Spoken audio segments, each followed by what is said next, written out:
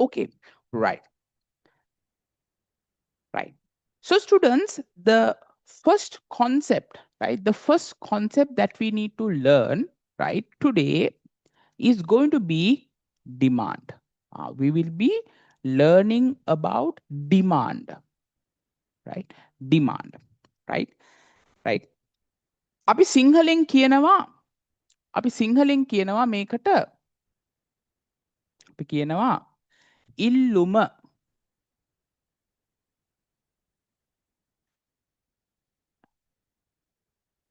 ඉල්ලුම, right? So we call ඉල්ලුම in Sinhala for demand. Okay, right. Now, before we take things forward, how many of you all have heard of this name called demand? එහෙම නැත්නම් ඉල්ලුම. කවුද දන්නේ? Right. Show of hands. Yes, most of you all have heard. What about you, Evin? Have you heard about demand? අහලා තියෙනවද? Have you heard about demand? Right. Yes, right. Yeah. Most of you all have heard the phrase or the word called demand, right? Okay. So what is exactly demand? What is demand? Right? What is demand? Right? So very specifically, students, for me to explain you demand, right? For me to explain you demand, right? Very specifically, there are two key factors, right? Very specifically, there are two key factors, right? That will generate effective demand. So we'll look at those two key factors and let's look at how the demand is being created, right? Okay, so that will be very easy rather than just defining demand with a small definition. We'll practically look at the two factors that we need to consider to generate an effective demand. Then you'll be able to understand the concept of demand in a very practical manner, right? Okay, right. Now, right, so you can write the essential factors. I have given you a small space out here, right? So you can write the two essential factors, right? Right. The the first factor that you need to have in order to create a demand is called the desire or the preference that you have to buy a product, right? The desire or preference, right? The desire, you can write it with me, the desire or the preference, right? Preference. The desire or preference to buy a certain product, to buy a certain product, right? That is the first factor, right? Desire, preference, right? Right. In Sinhala, we call it as kamatta, right? Right. So for you to buy a product, first you should have a desire, right? ඔයාට යම්කිසි කැමැත්තක් තියෙන්න ඕනේ product එකක් ගන්න, right? Okay. Right. Then what is the second factor, students? What is the second factor that needs to be there to generate an effective demand? We call it as the purchasing power. The purchasing power. You should have money, right? You should have money to afford a particular product. That is called your purchasing power, right? Purchasing power. You can write the purchasing power, the purchasing power to afford a certain product, right? Very important, right? Right. So students, what are the two factors that you need to have for you to create demand or for you to define demand? Desire and preference, the first factor, and the second factor is the purchasing power, right? Now don't worry, right? I will take a very small example and I will explain this concept very nicely. Okay, right, here we go. Right, so we'll go to our what do you call our notepad, right? We'll go to our notepad.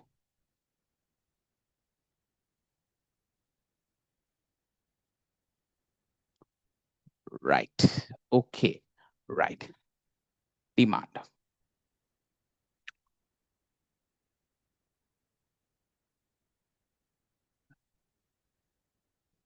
Demand, okay, right. Now students, I am going to explain you the concept of demand under three scenarios, right? Listen to me very carefully. Okay, listen to me very carefully. These are very practical concepts, right?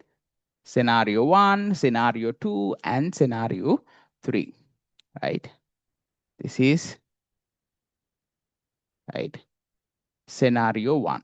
This is scenario two, and then we have scenario three. Okay, right. Now, students, right, right. Now, now just assume that you, right, you are going to make a purchase of a smartphone, right? You're going to make a purchase of a smartphone, right? Okay. So let's say you want to buy the very latest Apple iPhone, right? Right? The orange color one, right? I think the latest one is the 17, right? I think Apple 17, right? Apple 17, right? Now you want to buy an Apple 17, right? You want to buy an Apple 17. Okay, right. Here we go. Right. So you want to buy an Apple 17. Okay, right. And then we have the Apple logo here. Apple 17. You have the cameras here, right?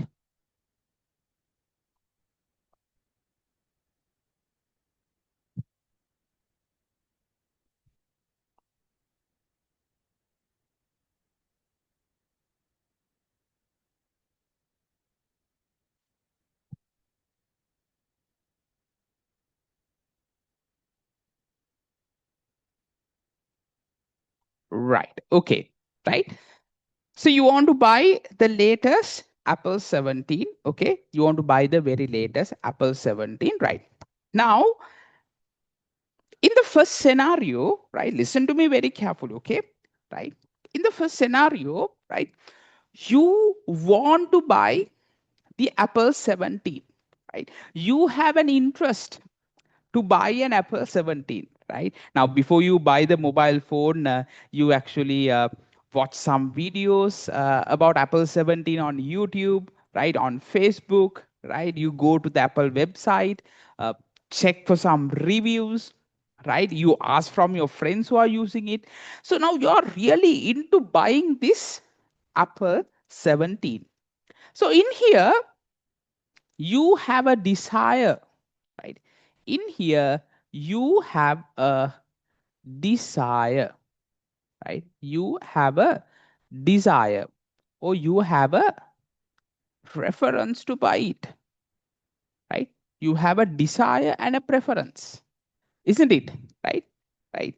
You really want to buy this, right? Right. That's why since you have the desire, that's why you spend your time and effort in looking for videos and all those things. No. So you have a desire to buy this Apple 17, right?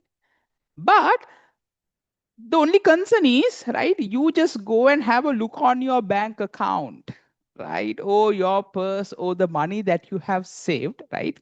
Right? Right. Now, let's say this Apple 17 is, I think it will cost you closer to 600,000. Right? Is it? I think so. Right? Right? This will be closer to 600,000. Right? 600,000. Am I correct, students? Am I correct? Right? This will be closer to 600,000. Right? Right? Big amount of money, right? A huge chunk of money, right? Okay. Now you just checked on your bank account and you just checked in the place that you save your money, right?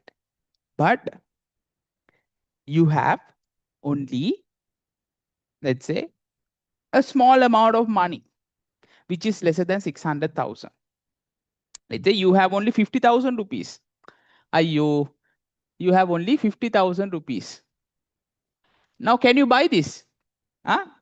Can you go to the shop and say, hey, shop, hey, I am really interested in buying this, but I just have only 50,000 rupees. Will he sell the phone to you? No, right? He will say, Ayusa, you should have at least 600,000 rupees for you to buy this, right? So, which means you have the desire, but you don't have what? You don't have what? Money, or we can call it as the purchasing power. Purchasing power. Purchasing power is not there, right? Right. You have the desire to buy the latest Apple iPhone 17, but you don't have the money or the purchasing power to buy this phone. Now tell me, is this effective demand? Is this effective demand? According to scenario one, according to the two factors that we considered, in here, an effective demand is not created. No effective demand. No effective demand. Right? No effective demand. Right? No effective demand. Because you all know, according to the concept, there are two factors that you need to consider that needs to be there for an effective demand to be created. Desire as well as your purchasing power. Purchasing power, right? Okay, understood. Now we'll move on to the second scenario. Same scenario, you want to buy the same, second scenario, let's change the scenario a bit. Okay, right? Now you have enough money, right? You have enough money, right, in your bank account, right? Right? You have enough money in your bank account, right? Okay, right, right, right. You have enough money in your bank account, right? Let's say you have around what you call 10 million rupees in your bank account, which is 100 lakhs, right? Right. So which means, right, you have the purchasing power now, right? You have the purchasing power. You have enough money. But the only thing is, right, for the amount of money that you have, right, you're not very specifically interested in buying an Apple iPhone 17, right? Right. So you have done a research and then you have found several other options, from other brands, right? You have Samsung smartphones, Huawei, Google Pixel, right? So now you are interested in buying let's say, a Samsung smartphone, right? Which is the very latest notebook that you want to buy, let's say, Samsung notebook, the notebook series, right? So now you're focusing on buying the very latest Samsung uh, notebook series. You're not interested in buying an Apple 70. You feel like spending 600,000 for Apple 17 is just waste of money. I will go and buy a Samsung. You're going to buy a Samsung mobile phone. Okay. Samsung mobile phone. You're going to buy a Samsung.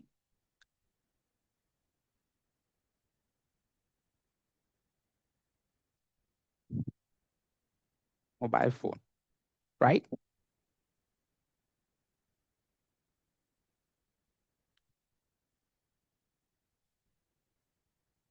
Then what can you say about the desire or preference? For the Apple, desire or preference for Apple. Now, do you have any desire or preference for Apple? Because earlier you wanted to buy a mobile phone, right? Right? Apple 17. But now do you have a desire to buy it?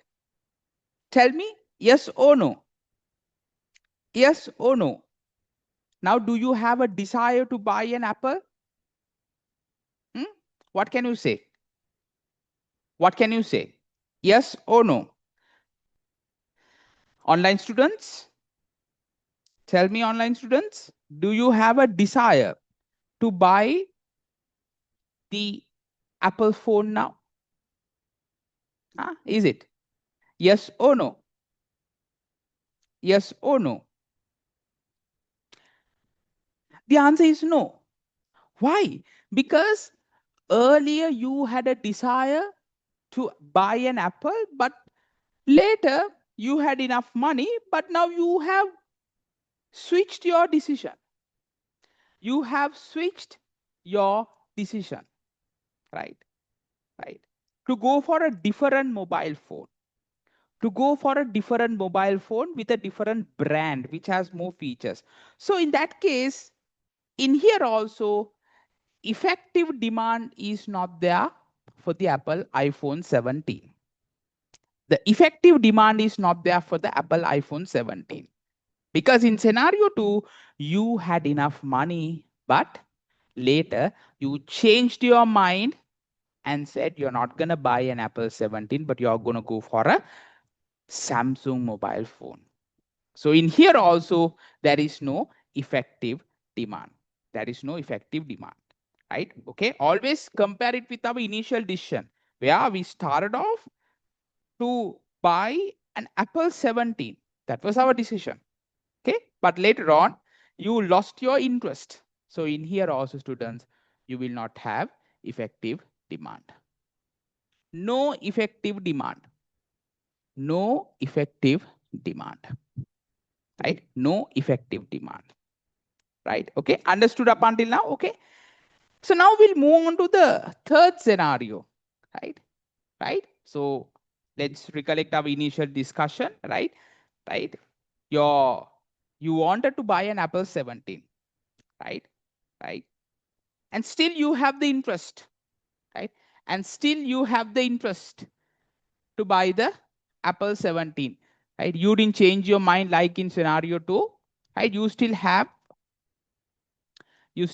the interest, right? Because most of the users, right, or few of your friends, they recommended you to buy the Apple 17. They said it's a very good phone. So now you still have the desire, right?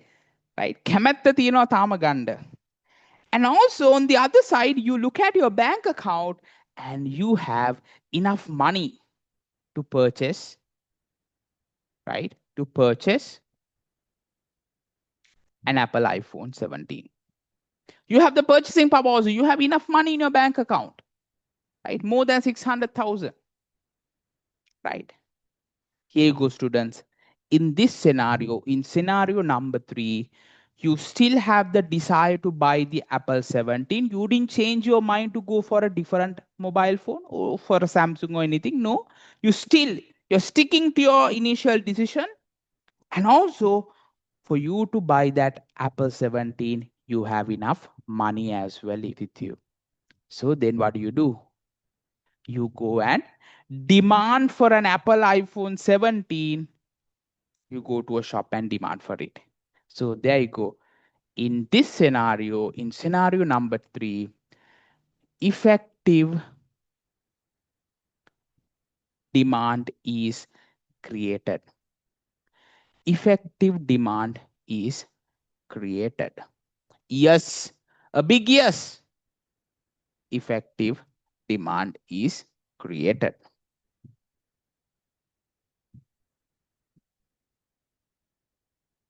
Effective demand is created, right? So I want to emphasize, in the first scenario, you didn't have the purchasing power, but you had the interest to buy an Apple iPhone in your initial desire. In the second scenario, after so many let's say reviews, and after talking to a lot of people, right, they recommended to go for a Samsung but not for an Apple. So you slowly took out your desire to buy an Apple, then you switched your mind to buy a Samsung. right? So you didn't have the desire, but you had enough money in your bank account, right? But in scenario 3, you did further analysis, right? And finally, you decided to buy an Apple 17. For you to buy that, you had enough money as well. 2 boxes are ticked. And here in scenario 3, effective demand is created. Understood? So, students, this is called demand. This is called demand, right? This is called demand. So, let's go back to our note, right? Let's go back to our note, right? Let's go back to our note and read it, right? And read it, right?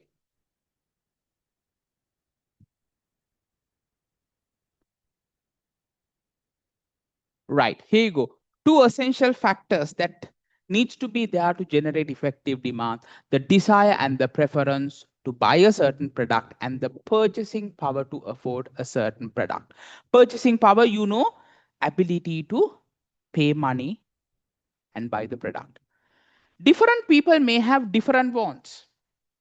Different people may have different wants, and consequently different demands arises. Can you see in our scenario 2, right? Even though you wanted to buy an Apple 17, right? You changed your mind.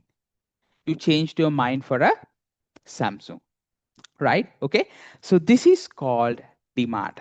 This is called demand. Okay. So students, I'll keep my what do you call notepad open so that you can put the example to your screen, right? To your note. Sorry, to your note. Go ahead. And if you have any clarifications, kindly let me know. Go ahead.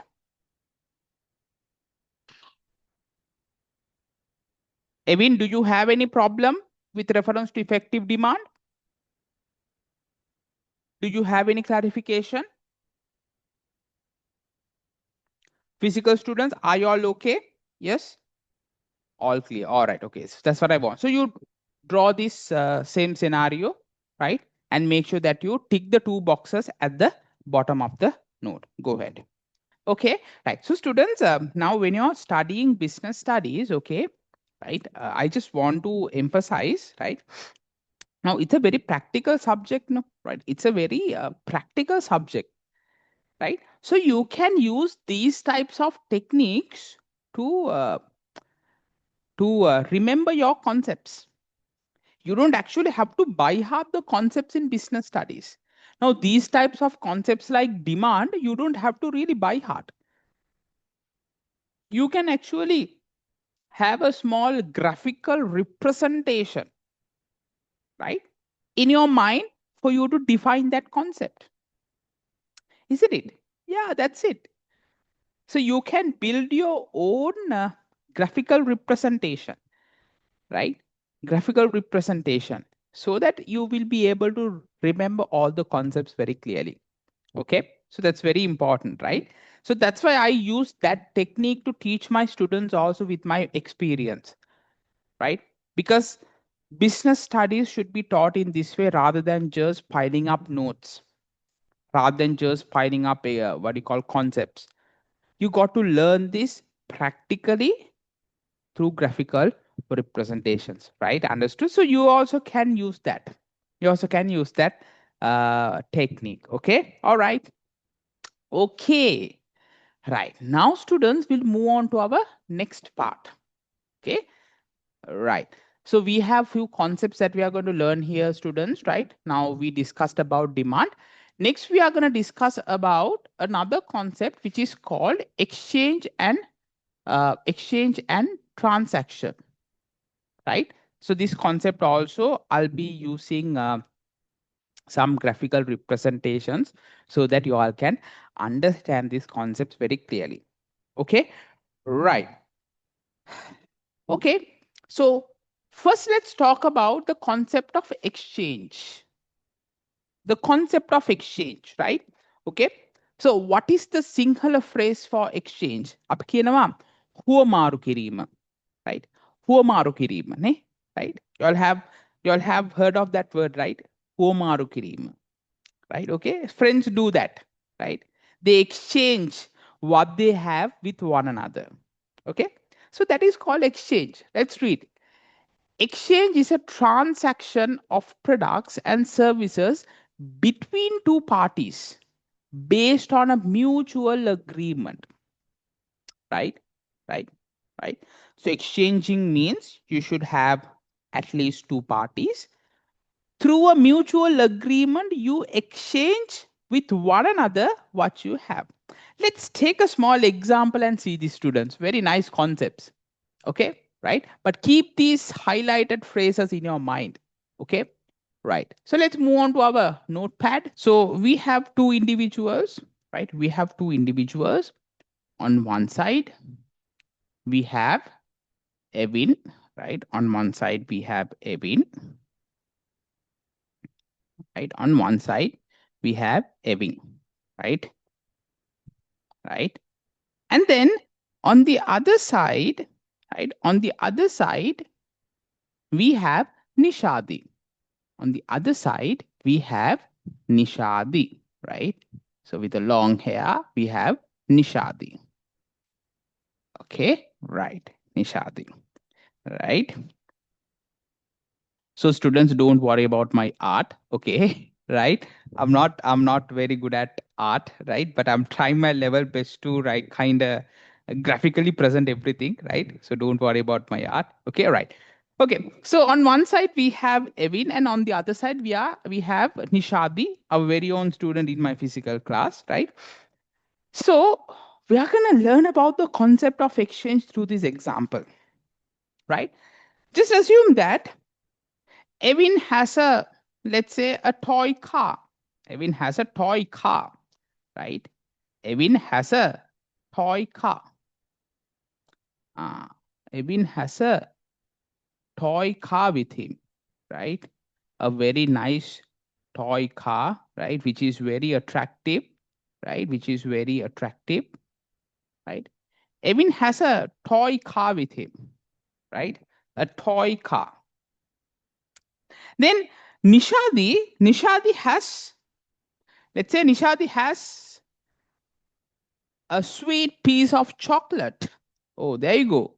Right? Nishadi has a sweet piece of, I would say, a slab of chocolate from, let's say, Cadbury, right?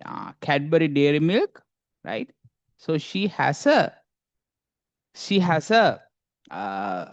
what do you call, a sweet slab of chocolate from Cadbury Dairy Milk, right? Cadbury Dairy Milk. Okay, right.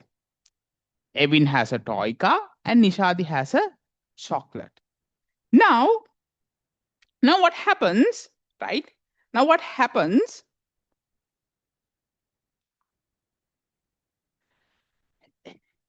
Evin, right? Evin would like to have this chocolate, right? Evin would like to have this chocolate. And on the other side, Nishadi would love to have Evin's toy car, right? Right? Both parties are starting to like each other's things that they have. So what do?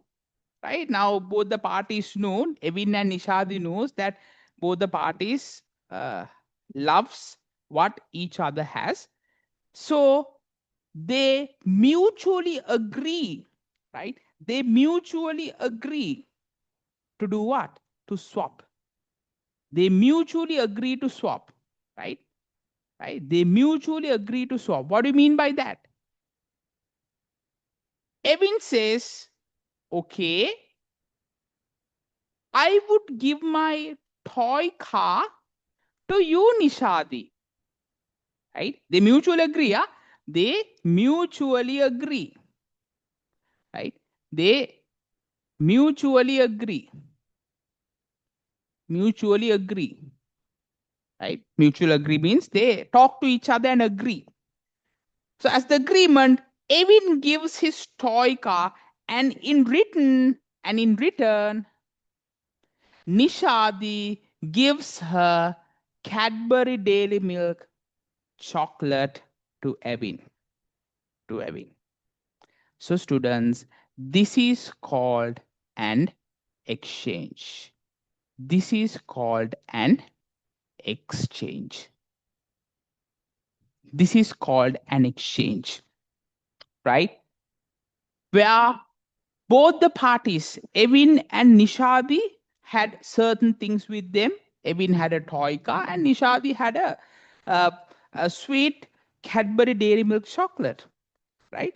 But both wanted to have what other person is having. Both wanted to have what other person is having.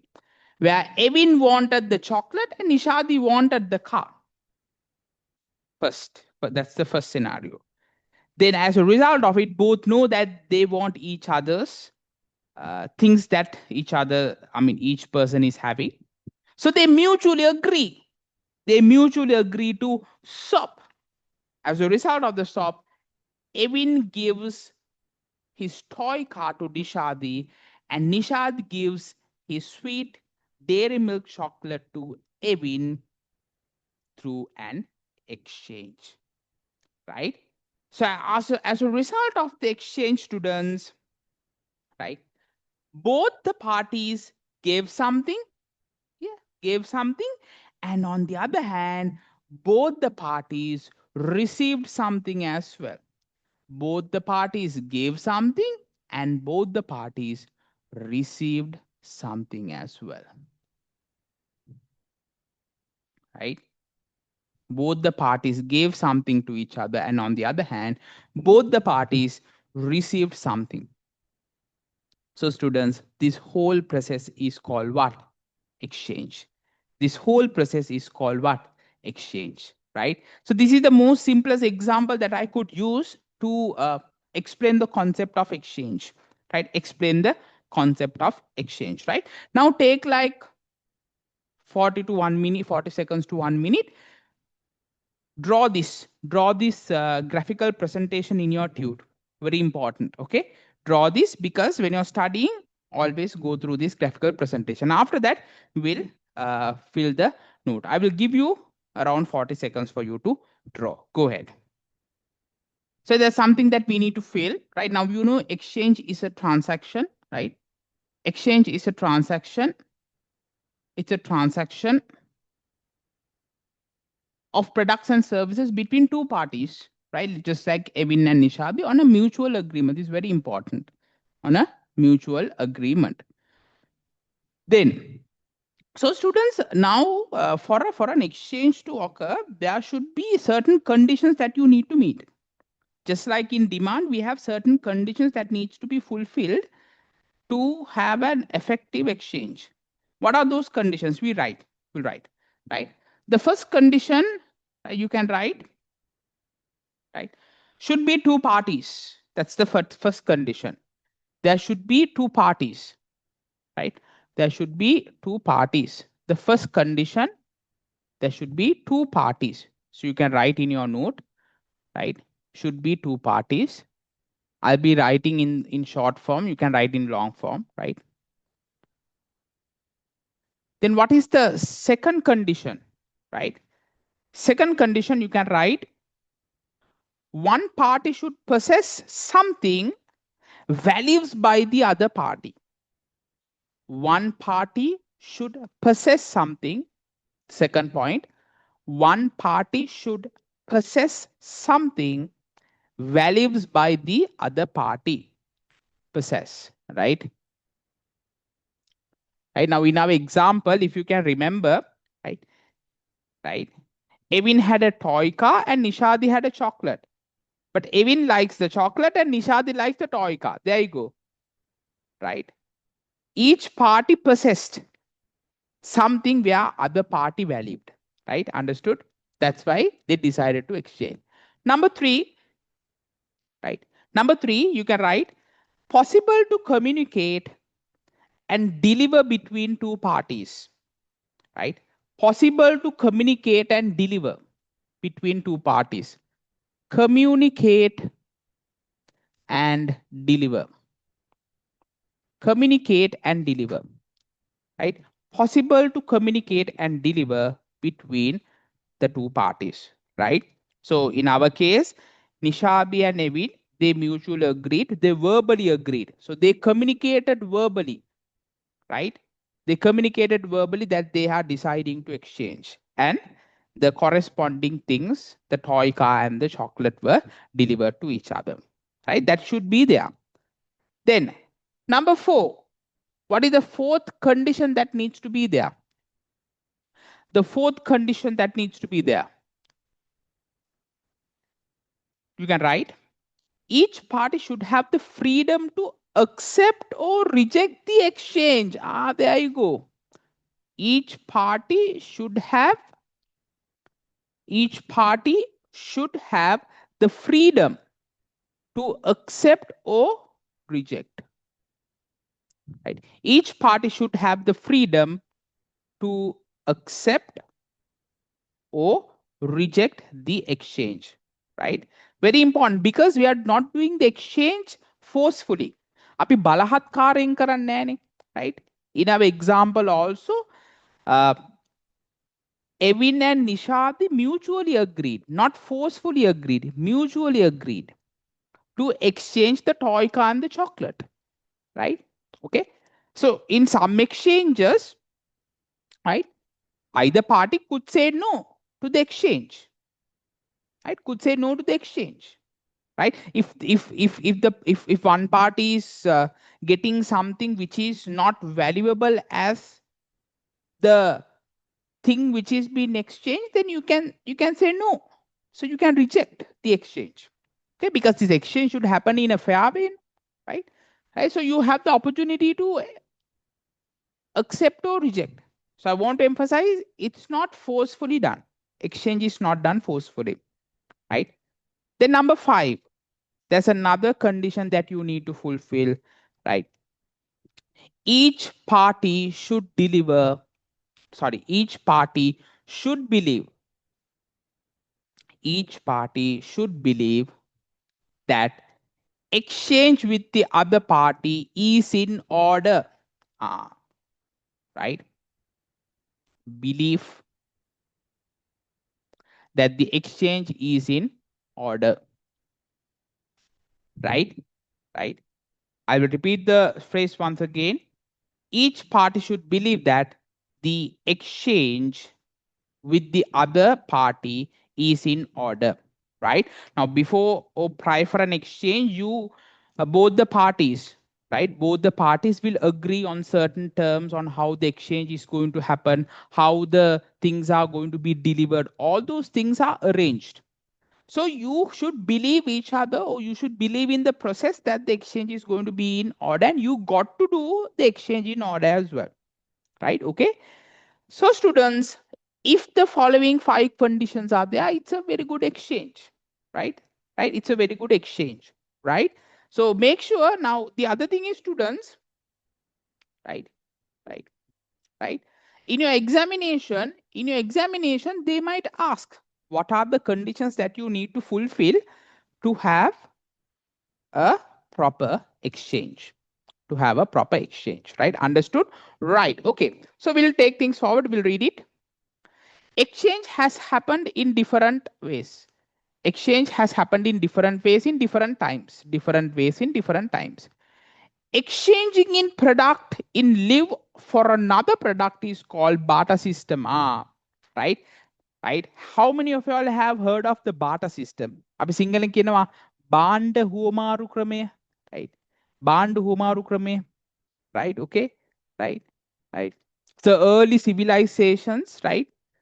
Right? Early civilizations, people didn't have money. So what did they do? They actually exchanged with one another of what they have. Right? So one party would exchange fruits for vegetables. So in the barter system, right? In the barter system, exchange was there. Right? So don't worry, we will be learning about the barter system when we are discussing about the evolution of business. Okay, so evolution of business is actually our next part, and the last part of this tute, right? We will be discussing about the barter system there. Right? Okay, fine. In the barter system, exchange was there. Right? People satisfied each of their needs and wants through exchange. Understood? Right. Okay. Okay. Right.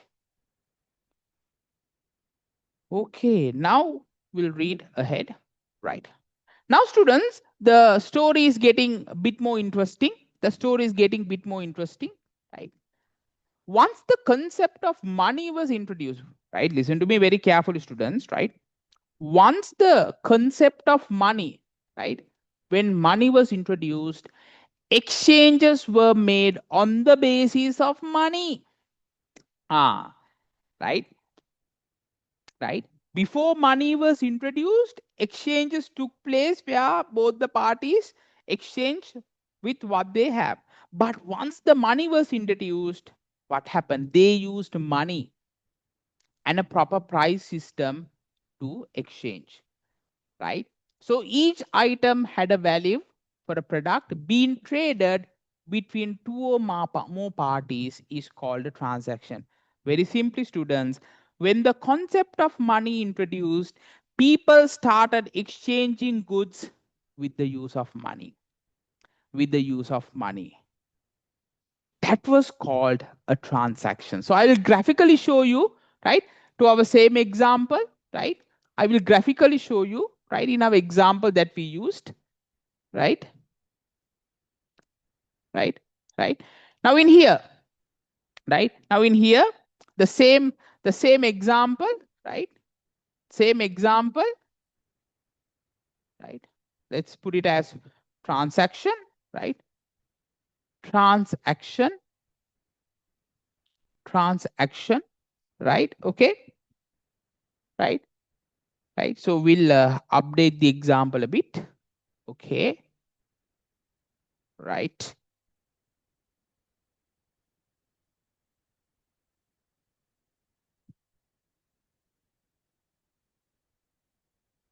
Right. Okay. Right. So the same example we have Evin and Nishadi, right? Nishadi has a piece of chocolate, right? Where Evin loves to have this chocolate from Nishadi, you know, a nice Cadbury Dairy Milk chocolate. Evin loves to have this chocolate, right? So what happens, right? Evin doesn't have anything with him to exchange, but Evin has money. Evin has money. Evin has Evin has money. Evin has money. There you go. Evin has money, right? So I emphasized a bag full of cash, huh? Okay, right? A bag full of cash. That's why I have the dollar sign here. It's a bag full of cash. But Evin has money. Nishaji has a Cadbury Dairy Milk chocolate. So what happens here? Evin wants this chocolate. So Evin says, "Hey Nishadi, I would love to have your chocolate." Then Nishadi says, "I'm not going to give it free of charge. You better pay me 1,000 rupees. Or 1,000, yeah, let's say 1,000 rupees. Right? So Nishadi is demanding for 1,000 rupees. Right? 1,000 rupees. So what happens? What happens? Evin gives the money. Evin gives the money of 1,000 rupees to Nishadi, and Nishadi gives the chocolate to Evin. They agreed on a price. Why? The money was introduced, and each item had a value. Each item had a value. So, based on that value, Nishadi told Evin, if you want this, you should pay me 1,000 because the value of this chocolate is 1,000 rupees. So Evin accepted. Evin said, "Yes." They agreed, and Nishadi gave the piece of chocolate to Evin, and Evin paid 1,000 rupees. This is called transaction. This is called transaction. So, students, the difference between exchange and transaction is the concept of money. Because when we were discussing about exchange, right? When we were discussing about exchange, right? When we were discussing about exchange, money wasn't there. We had the Toyka and the chocolate, and Evin and Nishadi exchanged it. The concept of money wasn't there, but now money is there. Money is there to value the goods. So you value, you agree to exchange for a particular price. That is called a transaction. That is called a transaction. That's the main difference between an exchange and a transaction, right? Okay. So I will just give you like around 40 seconds. Make sure that you draw this next to transactions, the note, right? Right. Right. So once the concept of money was introduced, exchange were made on the basis of money. Now you know, right? And a price system, right? Each particular product had a price to it, right? An item of value, a product being traded between two or more parties is a transaction, right? Is a transaction, right? Okay, fine. So the difference between exchange and transaction revolves around what's the blank? Tell me. The difference between exchange and transaction. What's the main difference? Huh? Tell me, students. Now we all know what is the main difference. Evin, what is the main difference between exchange and transaction revolves around what? Around what? Tell me. Now you all know the concept. What is it? What is it? Huh? What is the main difference between exchange and transaction? There was one particular element which was introduced where exchange didn't have, but transaction had. What is it? What is it? Evin? Students? Yes, money. Money, right? The monetary involvement, right? The monetary involvement around monetary involvement. You can fill the note monetary involvement, right? Transactions is used when goods and services are exchanged. Exchange for what? Exchange for money. Very good. Exchange for money.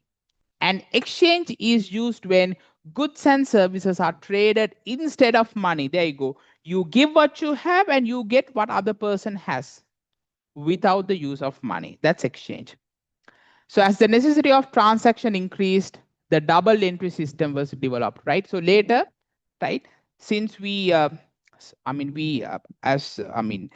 later due to the industrial revolution and all, the usage of money went up and people started doing transactions, buy and sell things for money. So we needed to have a recording system to record all these transactions. So for that, the double entry system was developed at that time to record transactions. So that's what we have developed it to debit, credits, and financial statements, right? Okay, that's where it started. That's where it started. Understood? Right. Okay. So students, this is about exchange and transaction.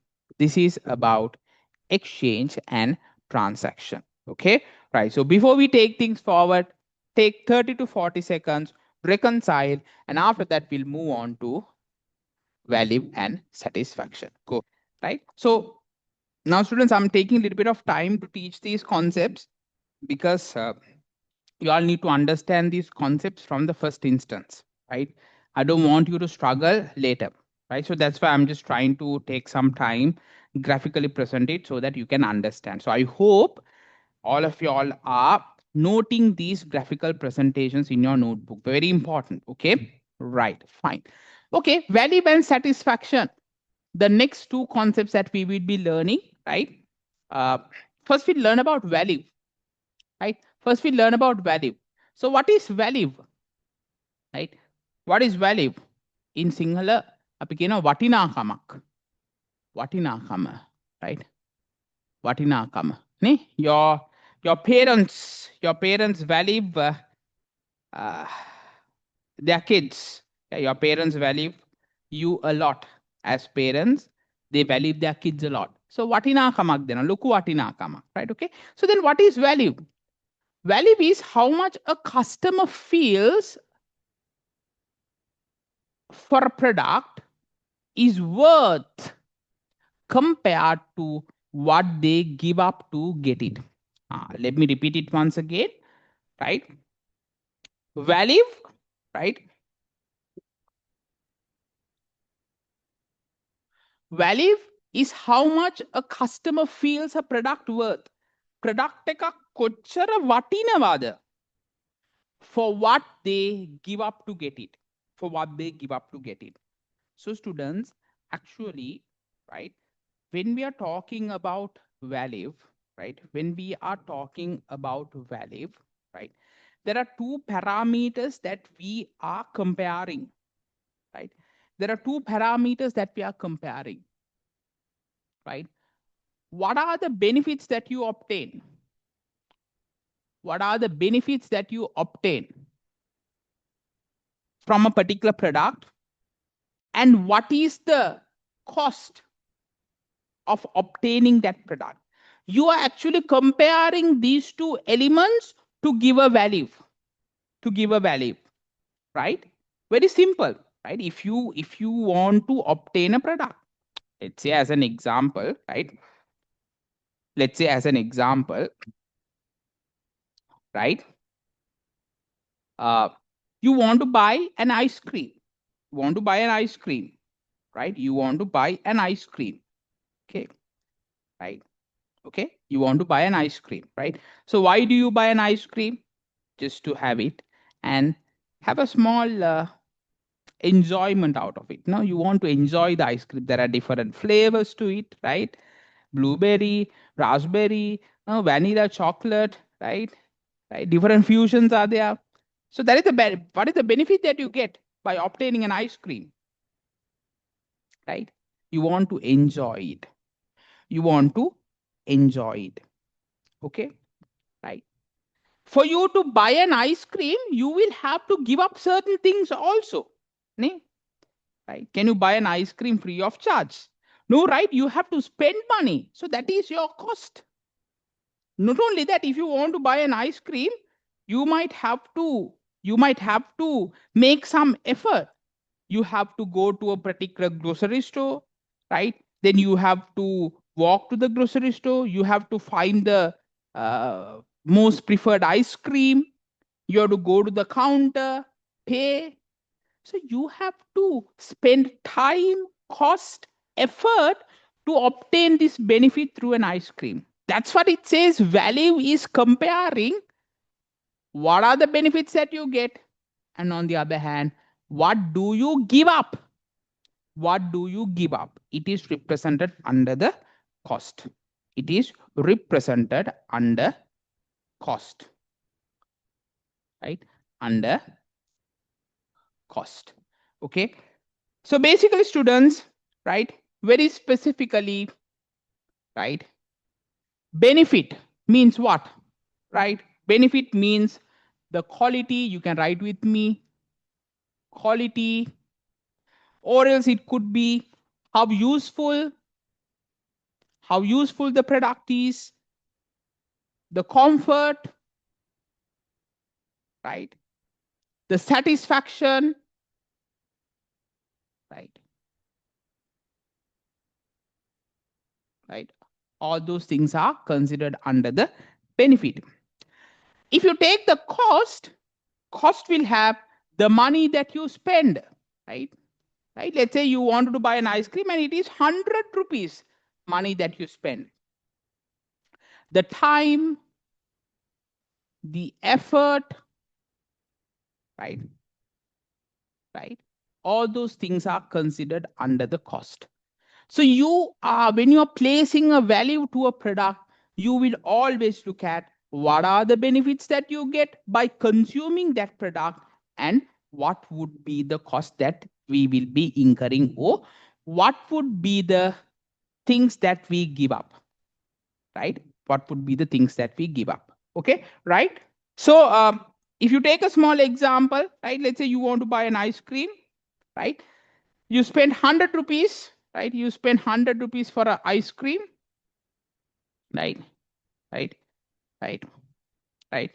So let's go to our notepad, right? right? Right? You want to buy an ice cream, right? You want to buy an ice cream, right? You want to buy an ice cream, right? Ice cream. And for this ice cream, you spend how much? 100 rupees. You spend 100 rupees. 100 rupees you spend. This is your what? Your cost. Your cost, right? Right? You spend 100 rupees, right? And once you have the ice cream, right? Once you have the ice cream, you are very happy. The ice cream tastes really, really good, right? නේ හොඳ රහයි ice cream එක රුපියල් 100ක් දුන්නට ice cream එක හොඳටම රසයි, right? You say this is the best ice cream that I have ever had, right? That I have ever had, right? Okay. So in that case, students, you will get into a conclusion and say this ice cream is worth more than 100 rupees. So the value is high. The value is high. The value that is generated is very high. Why? You spent only 100 rupees, but you got more benefits than that. Even if you go to a restaurant, you have some food and you are beyond your expectations, right? You say, this restaurant gave us food which is worth more than the amount of money that you paid. So, which means you give a high value, right? So, the value is high, right? And also, students, this is the first scenario, but there could be a second scenario also. You buy the same ice cream, right? You buy the same ice cream, right?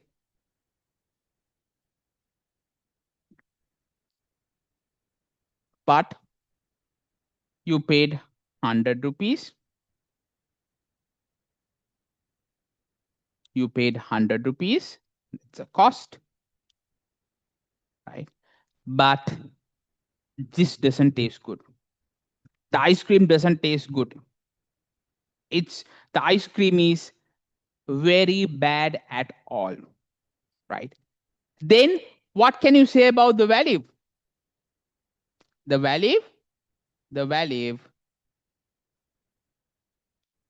the value is very less, right? Right? Why? You spent a lot of money, but the benefits that you obtained were very less. The benefits that you obtained were very less. So in that case, you will value this product as low value, as low value. Understood? Right? So this is called value. So you're always comparing the benefits that you obtain from a product and for what you give up, which is the cost. Okay. So make sure the benefits and the costs are not only the price that you pay or not only the time that you spend, right? Right? Can you remember here? Benefit is not only the price, I mean, the satisfaction that you get, but there are a lot of aspects that will be considered. Cost is not only the money that you spend to buy the product, but also on top of that, the time and the effort that you have spent, right? All those things has to be considered, right? Okay. So value is actually the comparison between benefits and costs, right? Now you know, right? Okay. So you can write here, right? You can write here. So you can fill the blanks with what I have written here. For the benefits, you can write quality, useful, and how comfortable it is. For cost, you can write money, time, effort, whatsoever. Okay, so you can write this. Then, if the benefits are high, okay, if the benefits are high, if the benefits are high and the cost is low, then what can you say about the value? Students, if the benefits are high and the cost is low, what can you say about the value? What can you say about the value? Is it high value or low value? What can you say? Fill this blank. Fill this blank. Is it high value or low value? Evan, what's the answer? If the benefits are higher than the cost that you incur, what can you say about the value of that product? Is it high or low? Is it high or low? What can you say? Students, come on. It's very easy. Yes. It's high value. Exactly. Why? You get more benefits, right, than the cost that you spend. Exactly. Thank you, Evan. Right. Then what's the next blank? If the benefits are low, the benefits are low and the cost is high, you're spending a lot of money, but the benefits that you get is very less. Then what can you say about the value of that product? Has low value. Low value. Right? That's why you go to a restaurant and you spend around 10,000 rupees, right? And then you come out and say after the meal, this food is not even worth 1,000 rupees. Low value. You may not need, right? When you go out with your family for a restaurant, that happens. If the food is not good, you say, Hapo, the food was scrap, it was bad. Value is very, very low and we will not come here. Right? You say that, no, right? Okay. So that is called value. Okay. Right. Understood? Right. Okay. Now we'll move on to the next concept, satisfaction. Satisfaction. What do you mean by satisfaction? What do you mean by satisfaction? Right? Satisfaction indicates, right? Let's read. Satisfaction indicates the fulfillment customer derive by consuming a particular product. Right? Right? Right? So in simple terms, students, satisfaction is actually how you feel after using a particular product, right? After using a particular product or after experiencing a service, right? Because, right? Right? Before you consume a particular product, you have high expectations for a particular product, right? For a particular product, right? Right? Which means, like, let's say as an example, in our previous example, like we did, you wanted to have an ice cream, right? And you go to a place where you expect the place to be really good in terms of serving ice cream. And you have really high expectations, right? Right. So in Colombo also, you have good places. They offer ice cream like Carnival, no, right? Baskin Robbins, right? So you have high expectations before you consume a particular product. Right? You have high expectation of ice cream seller who sells really good ice cream. You have heard. So before you consume the ice cream, you have high expectations.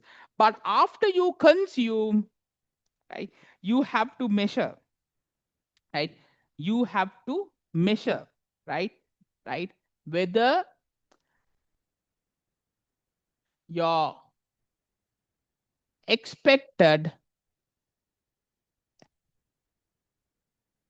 met the, whether your actual experience, right? Whether your actual experience, right, or your actual reality met the expectation, right? So you are actually doing a comparison, right, between these two, between these two, right? Before you have an ice cream, you have an expectation for the taste, for the quality, right? And then once you have the ice cream, you have the actual experience about the taste and the quality, right? So you can say you are highly satisfied, right? If you can say you are highly satisfied, right, if your ice cream tasted really good than the expected, right, then you are highly satisfied, right? You are highly satisfied, right? Compared to the actual, compared to your expected, right? Your actual experience is really good. So high value. Right? I will put it here, right? If you can see it, right? Right. Expected experience, I would say. And then the actual experience on this side, actual experience, right? This is before you consume, that is expected. This is after you consume, right? So if your actual experience is really better than the expected experience, right? Then what can you say about the satisfaction? Huh? What can you say about the satisfaction? Huh? What can you say about the satisfaction? Right? Your actual experience is really good, better than the expected experience. What can you say? Huh? Is it high satisfaction or low satisfaction? Yes, it's high satisfaction. It's high satisfaction. High satisfaction. But if you look at the other way around, you have the expected experience here and actual experience here. Your expected was very high. Your expectations were very high, but your actual experience is very bad. Right? So your satisfaction is low satisfaction. Low satisfaction. Understood? Right? So in satisfaction, you are always comparing, right? What was your expectation and what is your actual experience? Understood? Right. Right. So satisfaction indicates the fulfillment of customer derived by consuming a product before and after. Before and after. Right? Okay.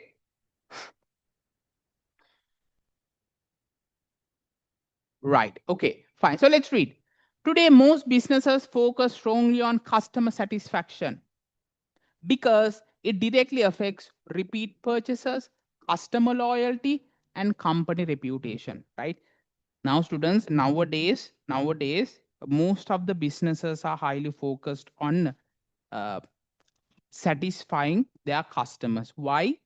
Because as a business organization, if you don't satisfy your customers, right, the customers will not buy from you repeatedly because there are ample amount of competitors. They will simply switch to another competitor, right? If Apple is not good, people have options like Samsung, Huawei, Google Pixel, right? They will switch. So when you're doing business, you got to find a way to satisfy your customers. If you keep your customers satisfied, then customers will continuously buy your product. Not only that, they will refer your brand to other customers as well. So you don't have to spend much on advertisements because your customers will help to bring sales to you. Okay, right, right. So that's why students nowadays for certain products we see a lot of big advertisement campaigns, marketing jargons are there. I mean, a lot of scenarios there where they over exaggerate the features of the product in advertisements, right? Right. Sometimes when you see the advertisement, you feel like going now and buying the product. That is being done through advertisements and marketing. Sometimes exaggerated, but you actually go there and buy the product and you consume it, but it was not as you expected. It was not the product which was shown on the advertisements. Then what happens? Automatically the satisfaction will go down and the customers will be very sad. Okay, so in that case, make sure that don't use advertising and marketing to over exaggerate your product, because it will be a negative consequence for you. Because if you are promising something you got to deliver it. You got to walk the talk, right? So in that case, if you can't deliver something as you communicate, you should find a way to do it rather than just promising, rather than giving false promises, right? Because that will tarnish your brand name very easily, right?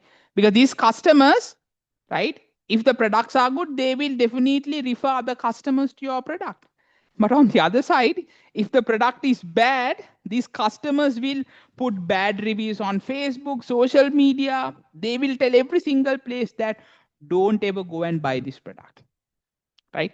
I think you all might have also seen, right? So that will be a threat to your product, right? So in that case, when you're doing business, you always focus to satisfy your customers, where you always have to offer a product. You try to offer the product beyond their expected, beyond their expectations. Then they will be happy. Then they will be happy. Understood? Right. Okay.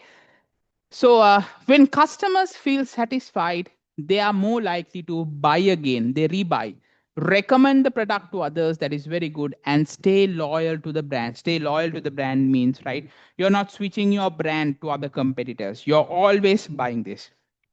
You're always buying this. Okay.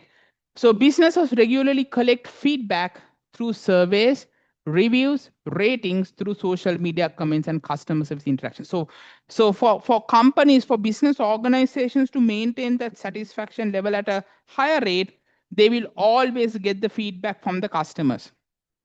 That's why students, when you go to a restaurant, right? The sometimes the owner of the restaurant or sometimes the manager of the restaurant will come and ask from you, "Hi sir, how's the food? Is it good or is it bad?